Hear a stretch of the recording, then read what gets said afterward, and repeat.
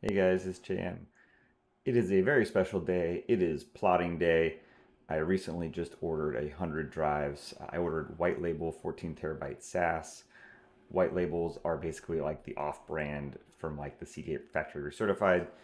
These drives are like if, for instance, they have a 16 terabyte and one of the platters is bad, they may destroke it to a 14 terabyte and remanufacture it and sell it again. There's other things like if a drive comes back and it might be like a little beat up, like on the outside, just like some actual mechanical or physical damage, they might just say, okay, this is good for white label. But the vendors don't want to ruin their brand because they have good reliability from WD and Seagate, so they'll often like sell these drives that don't have the name brand firmware or name brand label on them. That's great for Chia people because these are a great discount. They actually do go through the factory recertification and factory flow and burn in again. So I suspect these will actually be pretty reliable. We're going to put that to the test here when I do some plotting here. So we're going to take a little glimpse into my rack. There's actually no particular reason why I haven't shown it before, besides the fact that it's kind of just a pain in the ass. It's all my stuff is in co-location. There's not a lot of room in there. It's super loud, so it's not like the greatest to film. At someday I will do a full video tour, but for now I'll just I snapped some pictures during the process, and I started plotting yesterday. I'm gonna actually walk you guys through the scripts I use. Um, and some of the flows for moving a bunch of plots from my buffer drives to the hard drives. We're going to look at the bandwidth and do all kinds of fun stuff. So without further ado, let's go get into it. Snapped a few pictures yesterday during the unboxing process and me putting the drives into the JBOD. You can see you basically just take the drives out of the box, take them out of the wrappers, the static wraps, and then put them in the JBOD caddies.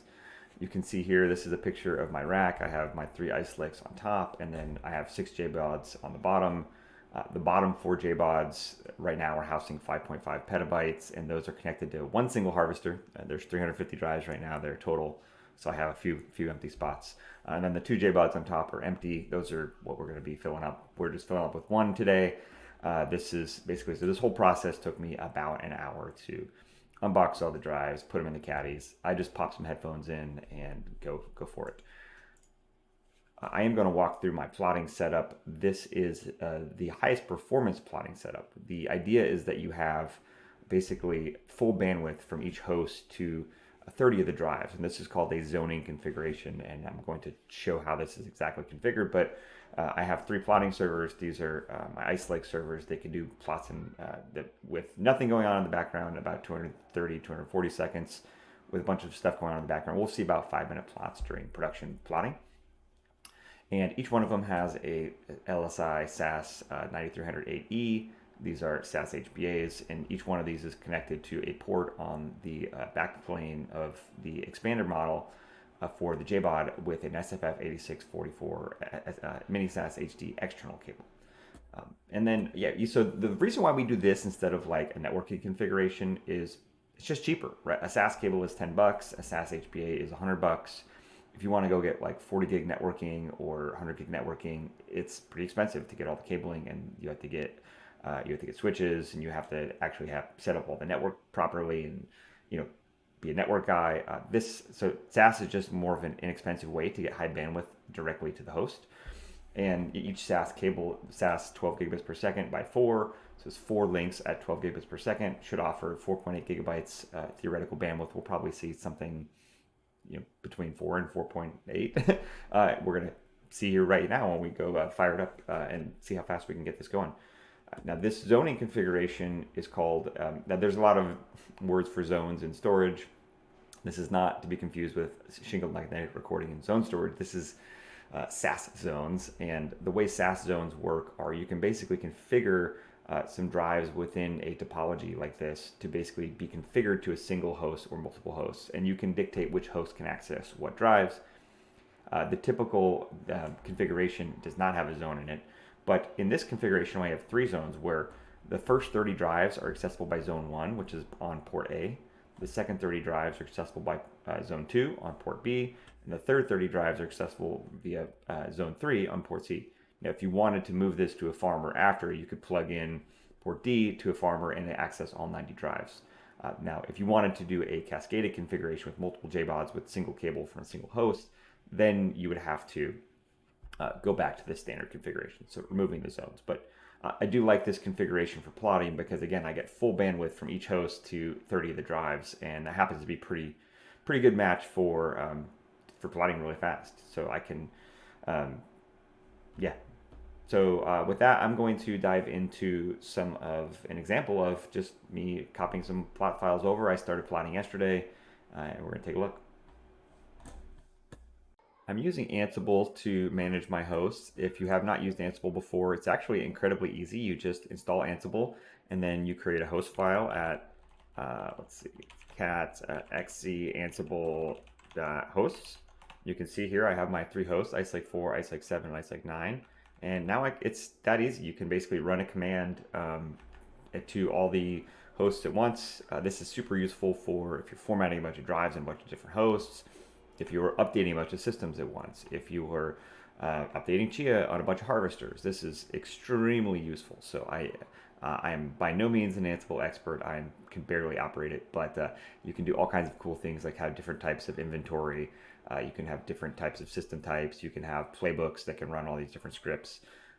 For now, I'm just using some basic Ansible scripts where you can see I'm actually going to be just running this command to all my hosts. You can see duff. I can grep for all my SSD mounts. And this shows me how much capacity is used on, it's like a DF on steroids. If I want to do it for HDD, I can do that and see all my hard drive mounts. You can see they're all mounted, 0 capacity. I haven't started filling up the drives with plots yet. I just started plotting yesterday to the SSD buffer. I have way too much SSD buffer in here. I really don't need that many drives, but this is going to be fun to watch just because I wanted to show you kind of maxing out the bandwidth of one of these SAS connections. So see if we can actually get pretty close to doing that. So with that, you can see here if I want to just do a let's see, an ls mount SSD 0 for all the hosts. You can see it's going to show all the plots. One of the cool things we can do on this command is because I'm using Plotman and Plotman saves all the scripts, I can use Ansible to basically cat the shared Plotman plots scripts for whatever date. Today I'm just going to say, because I just started plotting whatever yesterday, I can say just cat out all the scripts from that day and finish plotting. So it's going to tell me all the times. You can see here for all these plotters, the times are kind of bouncing around between around 5 minutes. Some of them spike to a little over 6. This is just because of the way Plotman works. It starts a new process every time. I don't know why. For some reason, if you run BladeBit with a -n, it's a little bit more consistent in the times, but if you run it for a really long time, eventually it'll just crash. So I found just using Plotman is much easier to do this, and I'll share my Plotman config. It's pretty straightforward. Now, if I run the same command and I say /wc.l, oops, I can clear this so it's easier to see. The same command, but just added /wc-l at the end, I'm going to count the number of plots for each one of the plotters. So each of these plotters has made 140 plots since yesterday. It's about 45 terabytes, so we're actually right on track with the goal is to plot this 1.26 petabytes in 2 weeks. So I think we can get pretty darn close, especially with all 3 ice going at once. So what we can do now is with Ansible, I could run these commands in the background as services, but I'm going to go dig into one of these hosts individually to go take a little snapshot and show you what this script looks like. So we're going to go to isolate 4 here, and you can see here on isolate 4, if I do the def, all the hard drives are empty. We have 1 SSD.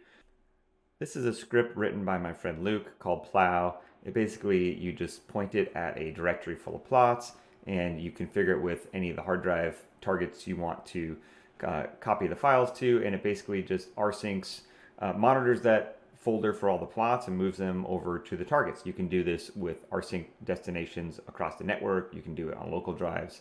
If you can see here, if I just cat my plow.py and grep for farm, you can see where my targets are.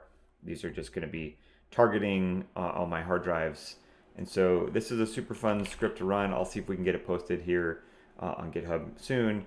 But all I do is Python 3 plow.py, and then I give it the mount /ssd 0.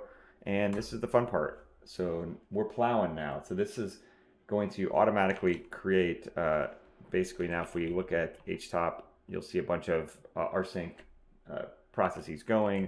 If we run dstat, now this is awesome. So we're going to be, right now we're reading at anywhere between 3 and 4 gigabytes a second. We're writing at 4 gigabytes a second. So on 30 drives, yeah, 411 divided by 30, we're 137 megabytes per second per drive. And we can see here, basically when I'm running this, I'm going to try to, rsync is not the fastest, but it works. You could do the same command with move and it might run a little bit faster with a little bit less overhead. Rsync is better because it's better for kind of copying stuff over the network when you do have networked file system stuff. So this is not bad. You can see we are hitting 4.1 gigabytes a second writes in peak. That is the theoretical limit for SAS 12 gigabit per second cable. It's 4 lanes of 12 gigabit per second. Now, you can see here we're actually not bottlenecked by SAS. I did a boneheaded mistake and put the PCIe Gen 3 SSD in for SSD 0. I thought it was the other way around. So yeah, the PCIe Gen 3 can only read, this drive can only read at 3.2 gigabytes a second. So that's going to be the limit of what we're going to be limiting at this. We'll run it again with the PCIe Gen 4 drive here in a minute when I get those filled up. After we wait a few hours, we'll fill those up with some plots, and we'll see how fast we can write all these drives at once.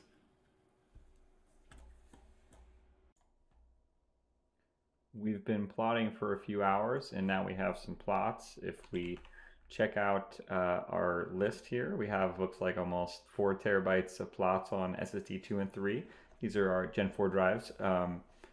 So yeah, now it's time to have some fun. I'm gonna do some plow and copy all these files over to the hard drives, and we're gonna see how fast they go. So I'm going to start a screen called plow, and I'm gonna say Python 3 plow.py, and I'm gonna give it an /mount/ssd2 and /mount/ssd3. I think is what we said. And here we go. So now if we look. Oh yes, we are maxing out a SAS 12 gigabit per second by 4 link. You can see here we have 4.1 gigabytes per second write to the disks. And this is aggregate bandwidth in dstat. If we want to go to IO stat, we can look at the bandwidth per drive, and you can see they're kind of hopping around because the drives can do over 200 megabytes per second, but as you can see, we are limited by the host bandwidth now at 4.1 gigabytes per second. But again, that's plenty of bandwidth here. That's faster than we'll be plotting. So that's all that matters, is that your host bandwidth to the SAS JBOD is actually higher than what we're actually going to be plotting at. So we're good to go. We are basically ready to rock. We're just going to let this run and copy all the files over.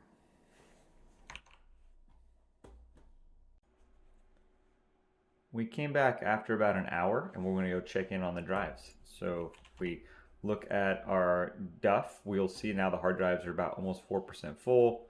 This SSD is drained. There's about 12 terabytes TIB that it has copied over in plots to all the hard drives. This is right on schedule at 3.2 gigabytes a second. We expect you could basically drain this entire 15.36 terabyte drive in like 70 minutes. So that's pretty typical. Now, the way I normally do this is not let the drives fill up all the way first. I was just doing that to kind of see if we could get the max SAS bandwidth. But of course, I messed it up and put it on the Gen 3 drive. But just showing you, this is all that happens for plotting. Now I basically just sit back and don't touch anything for 2 weeks, and I'll come back and all the hard drives will be full. If I wanted to get pretty tricky, I could set up the harvester. Maybe I'll do that after week 1, just to show you guys how to do that.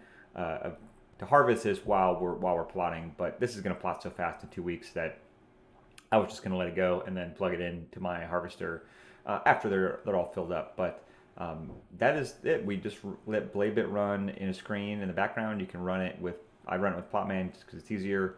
and it gives you all the nice logs, or you can just run it with a -n and let it run. And then I let this plow script just move all the files from the SSD to the hard drives, and it just automatically fills them all up. So that's it. There's not much else we have to do except just now sit and wait.